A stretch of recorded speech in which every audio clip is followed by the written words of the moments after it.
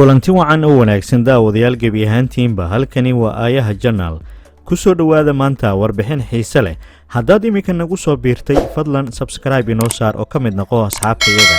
haddaad ka mid tahayna asxaabtii horey janaalkan subscribe ugu saaray waad ku mahadsan tahay la joogistaada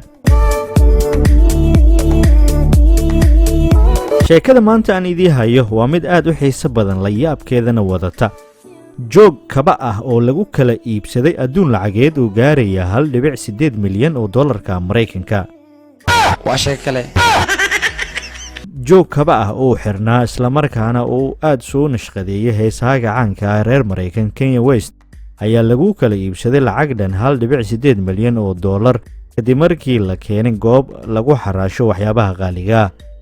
kabahan oo magacoodu uu yahay Nike Air Yeezy oo weliba nooc tijaabo ahaan loo sameeyay ayaa ka qiimo batay kabihii ugu horeeyay ee lagu iibsaday 515,000 sanadkii hore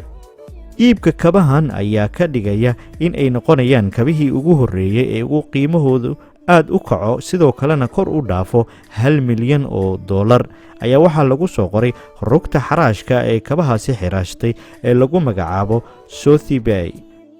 heesaaga ayaa kabahani u xirtay bandhig faneed abaalmarinta Garmers lagu siiyay sanadkii 2008 cabirka kabahani waa 12 marka laga hadalhayo halbeega Mareykanka iyo cabirka kabaha ay adeegsadaan waxaa kabahani iibsatay shirkad lagu magacaabo Rares oo dhanka internetka qaabilsan taasoo la sheegay in ay maalgelinayso kabaha nuucoodu dhifka iyo naadirka yahay ee aan hore loo soo shaacin